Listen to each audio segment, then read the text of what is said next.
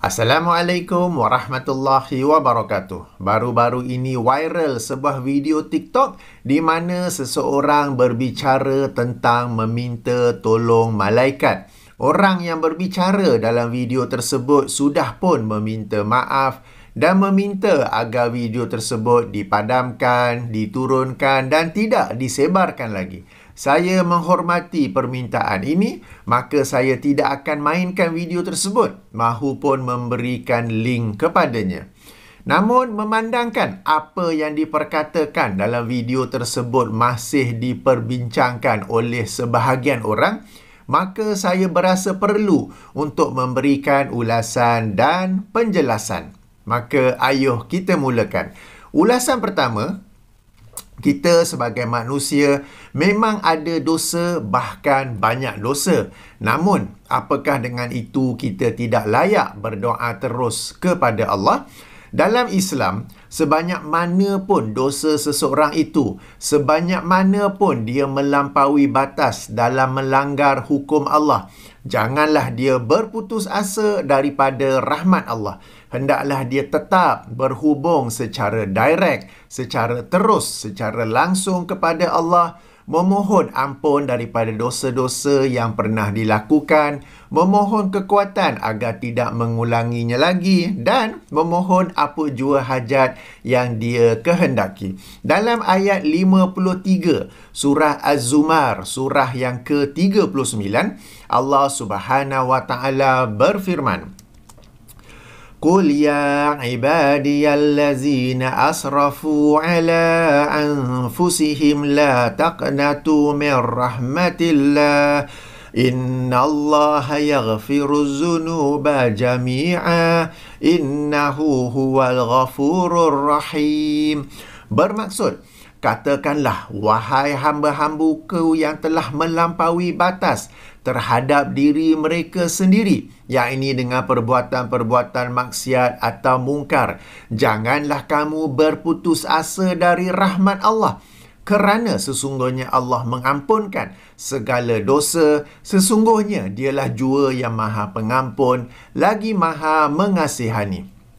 Jika hendak dikatakan orang yang berdosa tidak layak berdoa terus kepada Allah, maka tidak ada seorang jua manusia yang layak berdoa terus kepada Allah melainkan Rasulullah sallallahu alaihi wasallam.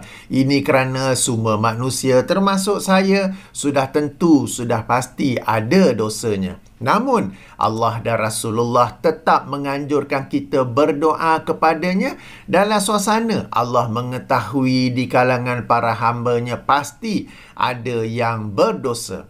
Dalam ayat yang baru kita baca tadi, Allah menyebut, Allah memulakannya dengan wahai hamba-hambaku dan bukannya wahai manusia. Penggunaan perkataan hambaku menunjukkan kedekatan, bererti rahmat Allah, pengampunan Allah dan pemakbulan Allah tetap dekat kepada sesiapa jua yang berdoa terus, langsung dan direct kepadanya, meskipun orang itu telah melampaui batas dengan dosa. Oleh itu, hendaklah kita semua berasa yakin diri untuk tetap berdoa secara terus, langsung dan direct. Ini saya ulang beberapa kali. Secara terus dalam bahasa Melayu, secara langsung dalam bahasa Indonesia, dan kalau ada yang tak faham bahasa Melayu, bahasa Indonesia, maka bahasa Inggeris pun saya sebut secara direct kepada Allah Subhanahu wa taala. Ini kerana pada masa kini terdapat segelintir orang yang memang mengajar bahawa kita ini tidak layak berdoa secara terus kepada Allah kerana dosa-dosa, kesalahan-kesalahan yang ada, yang pernah kita lakukan.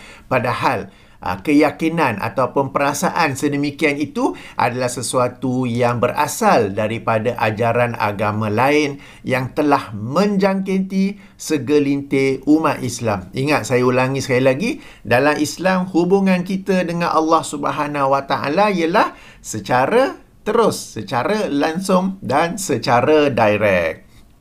Baik, ulasan kedua, hendaklah berhati-hati apabila seseorang itu berkata, Okay, minta kepada malaikat agar malaikat minta kepada Allah, kerana ia menghampiri atau mirip kepada keyakinan dan amalan orang musyrik pada zaman Rasulullah sallallahu alaihi wasallam. Kemiripan ini adalah dari dua sudut. Sudut pertama adalah berasa jauh daripada Allah sehingga perlu menggunakan makhluknya sebagai perantara untuk mendekat kepada Allah. Ini disebut oleh Allah Subhanahu Wa Taala dalam ayat ketiga surah Az-Zumar, surah yang ke-39, di mana Allah Subhanahu Wa Taala berfirman, "Ala lillahi dinul khalis wallazina attakhazu min dunihi awliya'a ma na'buduhum illa liyuqarribuna ila Allahi zulfa innallaha yahkumu bainahum fima hum fihi yakhtalifun innallaha la yahdi man huwa kazibun kaffar." Bermaksud, ingatlah hanya kepunyaan Allah lah agama yang bersih lagi ikhlas, dan orang-orang yang mengambil aulia, yakni pelindung, pembela, penolong selain Allah, mereka berkata, mereka beralasan, kami tidak menyembah mereka, melainkan supaya mereka mendekatkan kami kepada Allah dengan sedekat-dekatnya. Sesungguhnya Allah akan memutuskan di antara mereka tentang apa yang mereka berselisih padanya. Sesungguhnya Allah tidak menunjuki orang-orang yang pendusta lagi sangat ingkar. Baik, ayat di atas Allah menerangkan bahawa agama yang dikehendakinya, yang dimilikinya ialah agama yang khalis. Khalis bererti ikhlas, lagi bersih.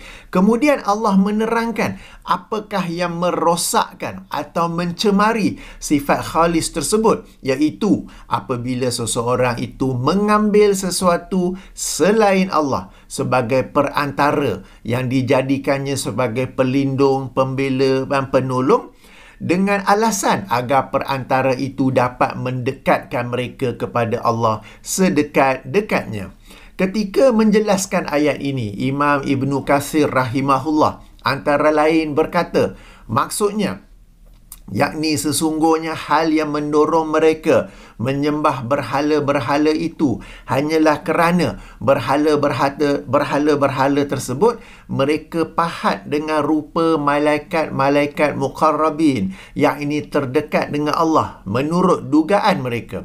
Lalu mereka sembah patung-patung itu yang mereka anggap sebagai malaikat-malaikat yang terdekat, agar malaikat-malaikat tersebut meminta pertolongan bagi mereka di sisi Allah untuk menolong mereka, memberi mereka rezeki dan melepaskan diri mereka dari perkara duniawi yang menimpa diri mereka. Demikian daripada daripada tafsir Ibnu Katsir. Nah, nampak tak kesamaan atau kemiripannya? Bukan sembah patung, tetapi menjadikan patung itu sebagai perantara untuk mendekatkan diri kepada Allah. Demikian juga, seorang Muslim itu bukan sembah malaikat, tetapi menjadikan malaikat itu sebagai perantara untuk mendekatkan diri mereka kepada Allah. Ini kerana kononnya disebabkan mereka ada banyak dosa, mereka berasa jauh daripada Allah, maka digunakan malaikat sebagai orang tengah untuk mendekatkan diri kepada Allah. Semua ini adalah keyakinan dan amalan yang merosakkan apa yang disebut di permulaan ayat, ala lillahid dinul khalis. Ingatlah, hanya kepunyaan Allah lah agama yang bersih lagi ikhlas. Sudut kedua ialah menggunakan malaikat untuk berdoa atau meminta kepada Allah bagi pihaknya, disebut sebagai syafaat. Syafaat bermaksud meminta daripada seseorang yang memiliki kedudukan untuk menggunakan kedudukannya bagi meminta tolong bagi pihaknya. Memandangkan malaikat adalah makhluk yang sentiasa taat, lagi sentiasa berzikir kepada Allah, mereka memiliki kedudukan yang istimewa di sisi Allah. maka digunakan malaikat sebagai syafaat bagi meminta sesuatu daripada Allah. Ini sekali lagi adalah sesuatu yang merupakan amalan orang musyrik pada zaman Rasulullah sallallahu alaihi wasallam. Dalam ayat 18 surah Yunus, surah yang ke-10, Allah Azza wa Jalla berfirman, وَيَعْبُدُونَ مِن دُونِ اللَّهِ مَا لَا يَضُرُّهُمْ وَلَا يَنفَعُهُمْ وَيَقُولُونَ هَؤُلَاءِ شُفَعَاؤُنَا عِندَ اللَّهِ قُلْ أَتُنَبِّئُونَ اللَّهَ بِمَا لَا يَعْلَمُ فِي السَّمَاوَاتِ وَلَا فِي الْأَرْضِ سُبْحَانَهُ وَتَعَالَى عَمَّا يُشْرِكُونَ.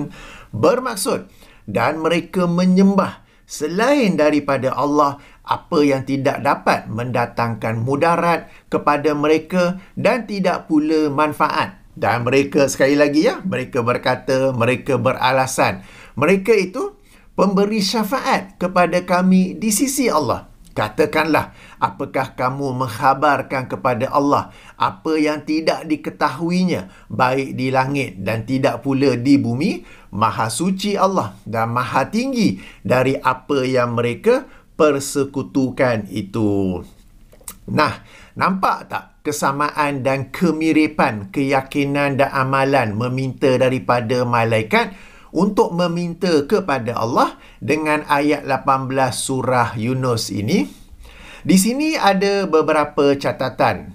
Catatan pertama, Allah SWT menerangkan keyakinan dan amalan orang musyrik pada zaman itu supaya kita, umat Islam, mengambil iktibar dan tidak mengikuti keyakinan dan amalan tersebut. Seandainya semua itu tidak ada manfaat untuk kita, umat Islam, mengambil iktibar daripadanya, nescaya Allah tidak akan menerangkannya. Ini khas kepada mereka, kepada sebahagian orang yang menolak, menafikan ayat-ayat ini dengan alasan itu cerita orang kafir, bukan untuk kita. Jadi mereka hanya baca ayat tersebut tanpa mengambil iktibar daripadanya. Padahal apabila Allah Subhanahu Wa Taala menerangkan akidah mereka, keyakinan mereka, amalan mereka dalam Al-Quran, sudah tentu ada sesuatu manfaat, sesuatu ilmu yang hendak kita ambil daripadanya. Dalam kes ini bukan ambil untuk turut mengamalkannya, tetapi untuk kita ambil supaya kita tahu ini yang salah, maka jangan kita melakukan sesuatu yang sama atau seumpama dengannya. Ya, sayang sekali di kalangan umat Islam mereka tidak mengaku dengan mulut, tetapi tanpa sedar mereka menolak banyak ayat Quran dengan alasan ini cerita orang kafir, ini cerita orang munafik, ini cerita tu, cerita ni. Lalu mereka hanya mengambil ayat-ayat Quran yang bermula dengan ya ayyuhallazina amanu, wahai orang-orang yang beriman. Okey, baik. Catatan kedua, orang musyrik pada zaman itu mengetahui bahawa Allah yang mencipta mereka, langit, bumi, memberikan rezeki dan pelbagai lagi. Namun mereka tetap disebut sebagai orang musyrik. Kerana mereka tidak mentauhidkan Allah dari sudut ibadah. Mereka mentauhidkan Allah dari sudut rububiyah, dari sudut mentadbir alam ini, mencipta alam ini, tetapi mereka tidak mentauhidkan Allah dari sudut ibadah. Dan berdoa adalah satu ibadah. Catatan ketiga, ayat ketiga surah Az-Zumar dan ayat 18 surah Yunus yang kita bacakan tadi menyebut sembah atau menyembah. Maka mungkin ada yang berkata, kami tidak sembah malaikat, kami hanya meminta kepada malaikat untuk meminta kepada Allah. Ini kerana malaikat lebih dekat kepada Allah dan memiliki kedudukan yang istimewa di sisi Allah. Saya katakan, jika kita merenungi kedua-dua ayat tersebut dengan adil, dengan jujur, kita akan tahu bahawa orang-orang musyrik juga menafikan bahawa mereka menyembah sesuatu selain Allah. Mereka membuat alasan bahawa semua itu hanyalah untuk mendekatkan mereka kepada Allah dan sebagai syafaat di sisi Allah. Bererti mereka tetap berkeyakinan bahawa yang memiliki kuasa mutlak memakbulkan permintaan mereka ialah Allah Subhanahu Wa Taala. Namun Allah tidak menerima alasan-alasan tersebut dan keyakinan mereka bahawa Allah sahajalah yang memiliki kuasa mutlak memakbulkan permintaan mereka juga tidak diterima disebabkan penggunaan perantaraan tersebut. Perhatikan rangkap akhir ayat 18 surah Yunus yang kita baca tadi. Saya bacakan sekali lagi. Subhanahu wa ta'ala amma yushrikun. Maha suci Allah dan maha tinggi dari apa yang mereka persekutukan. Oleh itu, hendaklah kita ambil iktibar daripada ayat-ayat ini supaya kita tidak mengikuti keyakinan dan amalan orang-orang musyrik terdahulu. Objek perantara mungkin berbeza, tetapi tujuannya sama, iaitu untuk mendekatkan kepada Allah dan sebagai syafaat di sisi Allah. Meskipun kita tetap berkeyakinan bahawa yang memiliki kuasa mutlak memakbulkan permintaan itu ialah Allah, tetapi penggunaan perantara itu telah merosakkan tauhid kita kepada Allah. Justru jauhilah keyakinan dan amalan seperti itu. Catatan keempat, menggunakan perantara dalam berdoa kepada Allah dibolehkan jika ada dalil yang sahih lagi soreh. Dengan adanya dalil ini, bererti Allah sendiri mengizinkan penggunaan perantaraan tersebut. Perantaraan yang dibolehkan ialah pertama, berdoa dengan perantara nama-nama dan atau sifat-sifat Allah. Kedua, berdoa dengan perantara amal soleh yang pernah dilakukan. Dan ketiga, meminta orang soleh yang masih hidup mendoakan kita. Dalil-dalil bagi semua tiga perantara ini telah saya jelaskan dalam video-video sebelum ini. Maka dipersilakan rujuk ke sana. Link saya berikan dalam kotak description. Baik, ulasan ketiga. Jika ulasan kedua saya menjelaskan tentang keyakinan memohon kepada Allah dengan sesuatu perantara, maka ulasan ketiga ini pula ialah hukum meminta kepada makhluk. Okey, hukum meminta kepada makhluk terbahagi kepada tiga. Pertama ialah meminta kepada makhluk apa yang berada dalam ruang lingkup kemampuan makhluk, seperti minta tolong tunjukkan jalan, minta tolong ajarkan matematik, minta tolong angkat kerusi, minta tolong tunjukkan cara masakan dan sebagainya. Bahkan ramai antara kita minta tolong ustaz dan ustazah dengan bertanyakan kepada mereka soalan-soalan agama yang dimuskili.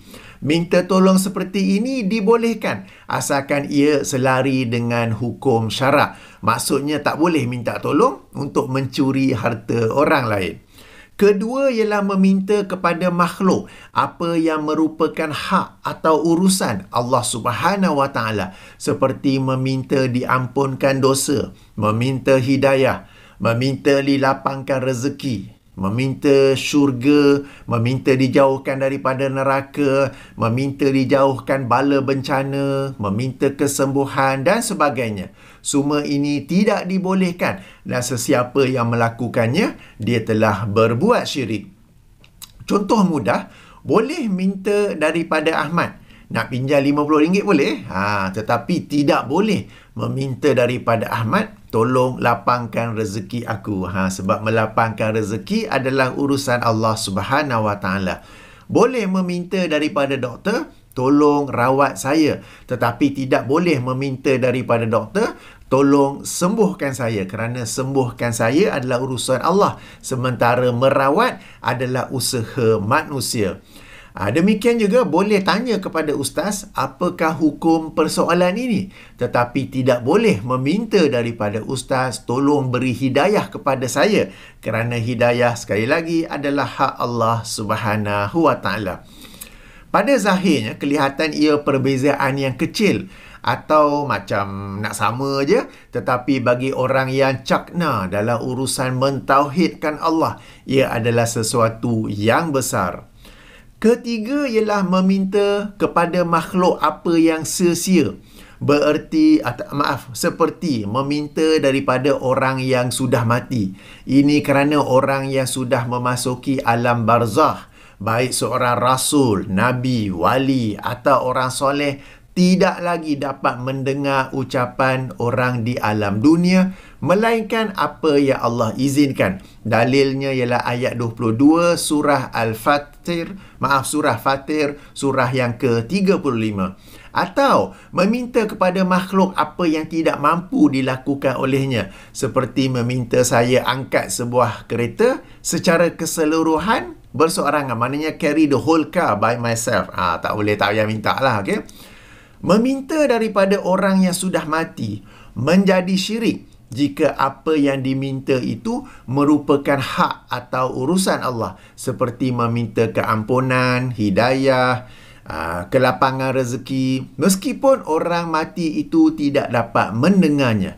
Walaupun orang yang meminta itu lazim membuat alasan, saya hanya meminta daripada orang mati, tetapi meyakini yang memakbulkannya ialah Allah. Okay, perkara ini telah saya jelaskan dalam beberapa video sebelum ini tentang istighasah dengan orang mati.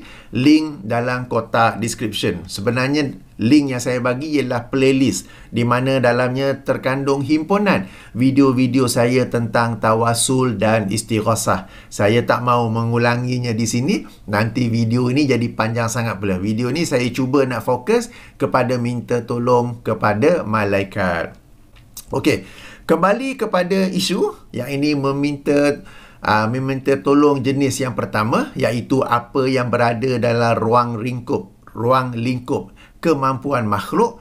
Bolehkah meminta tolong malaikat dalam sesuatu yang berada dalam ruang lingkup kemampuan malaikat?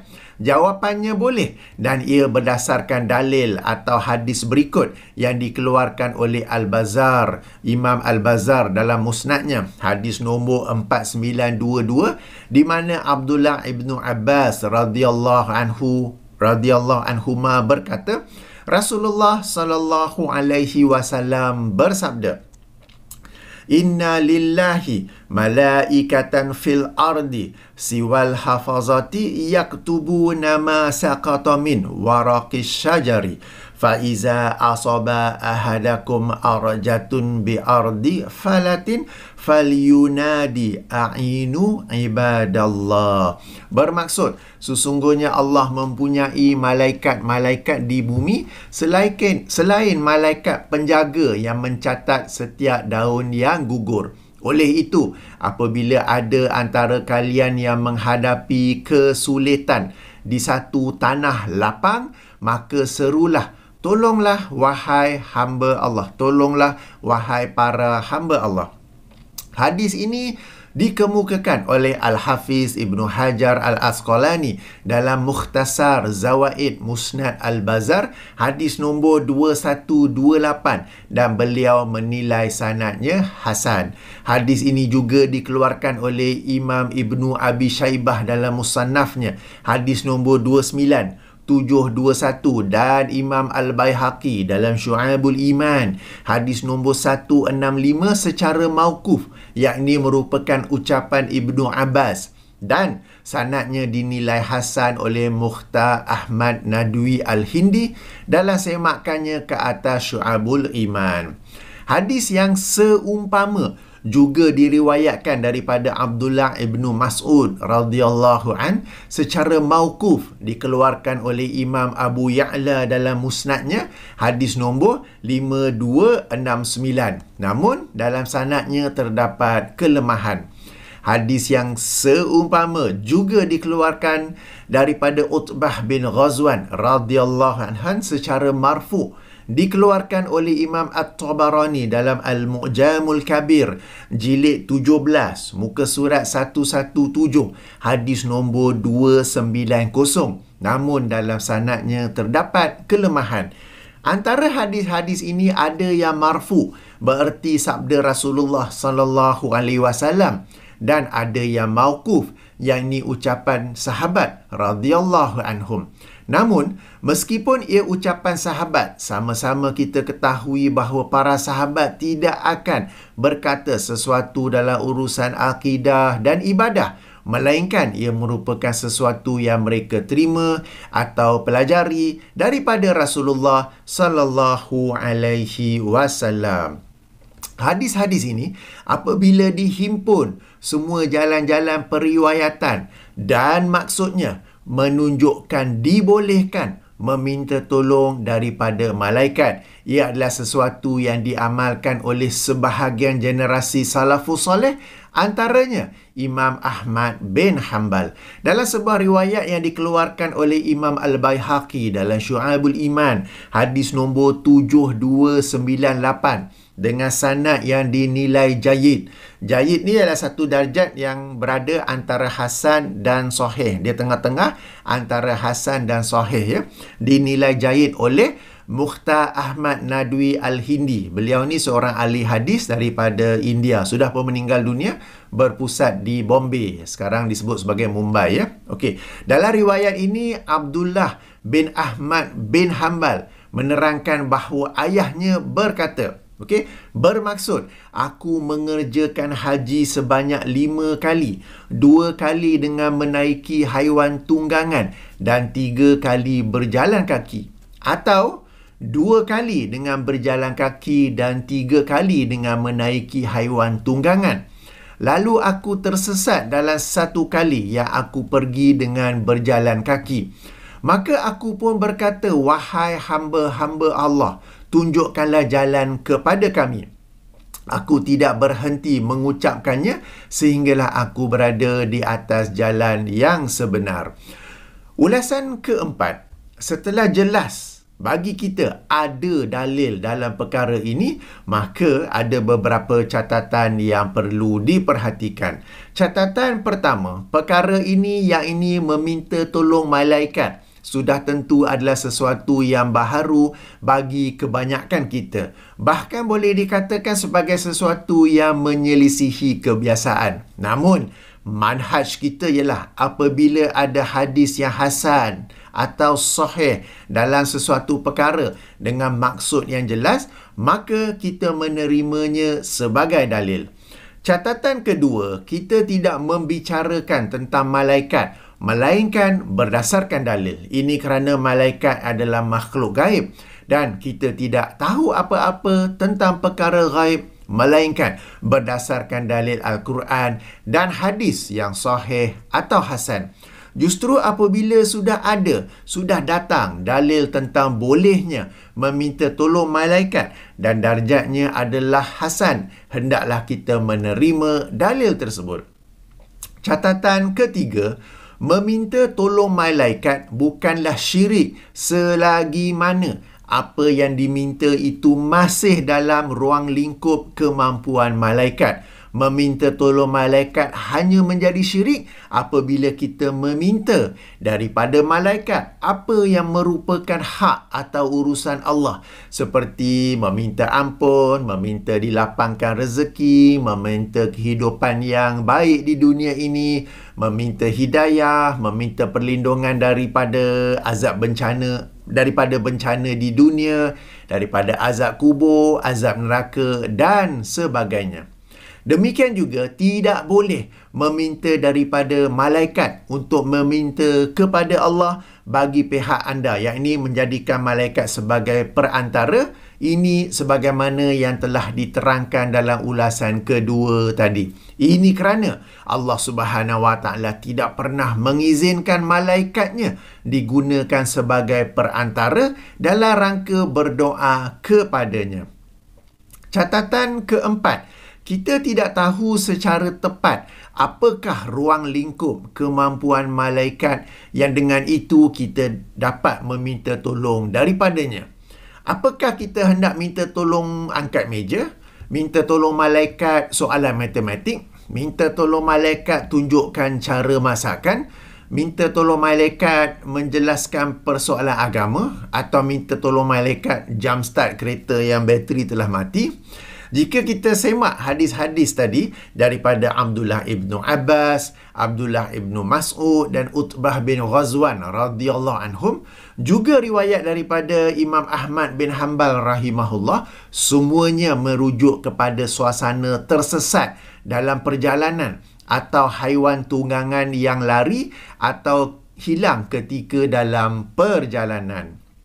Catatan kelima, lanjutan daripada catatan keempat tadi, meminta tolong malaikat bukanlah sesuatu yang dilakukan secara lazim atau dalam pelbagai keadaan, kerana kita tidak tahu apakah ruang lingkup kemampuan malaikat untuk membantu kita. Ingat, manusia dan malaikat adalah dua makhluk yang sangat berbeza. Oleh itu saya ulangi hadis-hadis daripada Abdullah ibnu Abbas, Abdullah ibnu Mas'ud dan Utbah bin Ghazwan radhiyallahu anhum yang menjadi dalil dalam perkara ini. Juga riwayat daripada Ahmad bin Hanbal rahimahullah. Semuanya merujuk kepada suasana tersesat dalam perjalanan atau haiwan tunggangan yang lari atau hilang ketika dalam perjalanan. Catatan keenam, apabila ingin meminta tolong daripada malaikat, caranya bukanlah dengan menyeru, "Wahai malaikat," atau "Malaikat-malaikat, boleh tolong saya," tetapi dengan menyeru, "Wahai hamba Allah, bantulah aku." Okay? "Wahai hamba Allah, bantulah aku." Contohnya, dan yang tersesat dalam perjalanan ini. Kerana riwayat-riwayat yang kita sebut tadi, yang kita baca tadi, ianya menyebut "Wahai hamba Allah." Okay? Itu dalam bahasa Arab, tapi boleh sebut dalam bahasa Melayu. Ketujuh, meskipun dibolehkan meminta pertolongan daripada malaikat, adalah lebih utama untuk meminta tolong daripada Allah Subhanahu wa Ta'ala. Ini kerana Allah jua yang mengurusi alam ini, dan Allah akan membantu kita dengan pelbagai cara. Apa-apa cara yang tidak terlintas di fikiran kita. Sebagai contoh, apabila menghadapi perang Badar, dan ini berlaku di tanah lapang, Rasulullah SAW tidak menyeru bantuan malaikat. Sebaliknya, baginda berterusan berdoa kepada Allah. Lalu Allah Subhanahu wa Ta'ala membantu dengan 1000 malaikat yang datang secara berturut-turut. Allah Subhanahu wa Ta'ala berfirman dalam ayat ke-9 surah Al-Anfal, surah yang ke-8. Istastaghisuna rabbakum fastajaba lakum anni mumiddukum bi alfin minal malaikati murdifin. Bermaksud, ingatlah ketika kamu memohon pertolongan kepada Tuhanmu, lalu diperkenankannya bagimu. Sesungguhnya aku akan mendatangkan bantuan kepadamu dengan 1000 malaikat yang datang berturut-turut.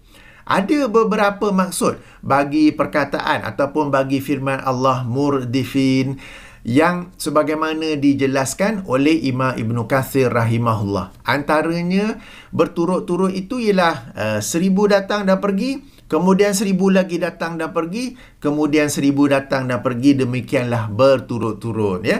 Jadi ini satu contoh bagaimana Rasulullah SAW sebelum perang Badar, dan perang Badar ni berlaku di tanah lapang, baginda meminta daripada Allah Subhanahu wa Ta'ala, ya, tidak meminta daripada para malaikat.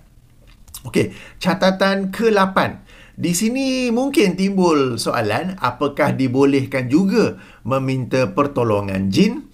Jawapannya tidak boleh, kerana hadis di atas menyebut malaikat secara spesifik. Selain itu, terdapat dalil-dalil lain yang melarang meminta atau memanfaatkan pertolongan jin, sebagaimana yang telah saya kemukakan dalam buku Sunnah dalam menangani gangguan makhluk gaib. Buku ini boleh dimuat turun edisi PDF secara percuma, link dalam kotak description. Soalan lain, jika boleh istighasah, yang ini meminta tolong ketika dalam suasana terdesak kepada malaikat, maka sudah tentu boleh istighasah kepada wali dan orang soleh yang sudah meninggal dunia. Jawapannya tidak boleh, kerana orang yang berada di alam barzah tidak dapat mendengar apa yang diistighasahkan oleh orang di alam dunia, melainkan apa yang diizinkan oleh Allah Subhanahu wa Ta'ala. Dalilnya sekali lagi ialah ayat 22 surah Fatir, surah yang ke-35. Topik istighosah ini, istighosah dengan orang mati, sudah saya bincang beberapa kali dalam beberapa video. Link dalam kotak description, maka tak perlu saya ulangi di sini. Baik, demikianlah penjelasan saya tentang meminta pertolongan malaikat. Okey, jadi beberapa poin sebagai kesimpulan. Pertama, Islam adalah agama yang mengajar hubungan terus, langsung dan direct kepada Allah Subhanahu Wa Taala. Oleh itu, sebanyak mana pun dosa seseorang itu, sebanyak mana pun dia telah melanggar hukum-hukum Allah, Allah tetap mendengar doanya, maka berdoalah secara terus, direct, langsung kepada Allah. Kedua, tidak boleh bertawasul dengan malaikat, yakni dengan menjadikan malaikat sebagai perantara dalam berdoa kepada Allah. Ya, seperti malaikat-malaikat mintalah kepada Allah supaya saya sekian. Tidak boleh menjadikan malaikat sebagai perantara. Bertawasul atau menggunakan perantara hanya dibolehkan apabila Allah membolehkannya, dan ini dapat kita ketahui melalui dalil yang sahih lagi soreh, dalil yang disepakati kesahihannya, ya.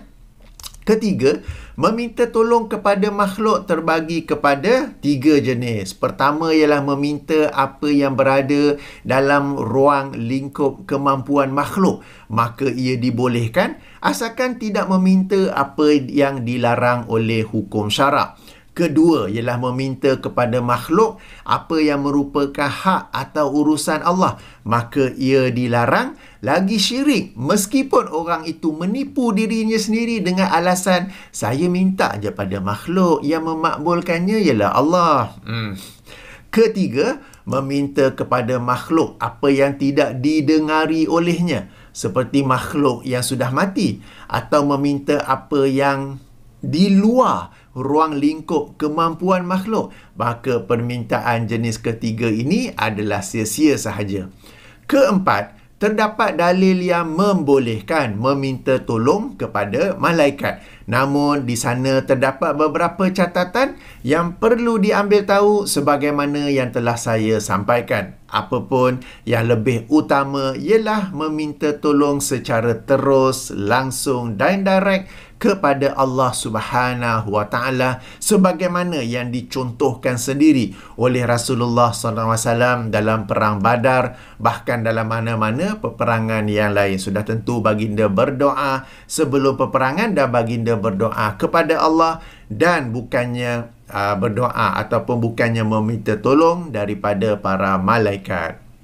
Baik, sehingga sini sahaja penjelasan saya. Saya akhiri dengan subhanakallahumma wa bihamdika asyhadu an la ilaha illa anta astaghfiruka wa atubu ilaika. Assalamualaikum warahmatullahi wabarakatuh.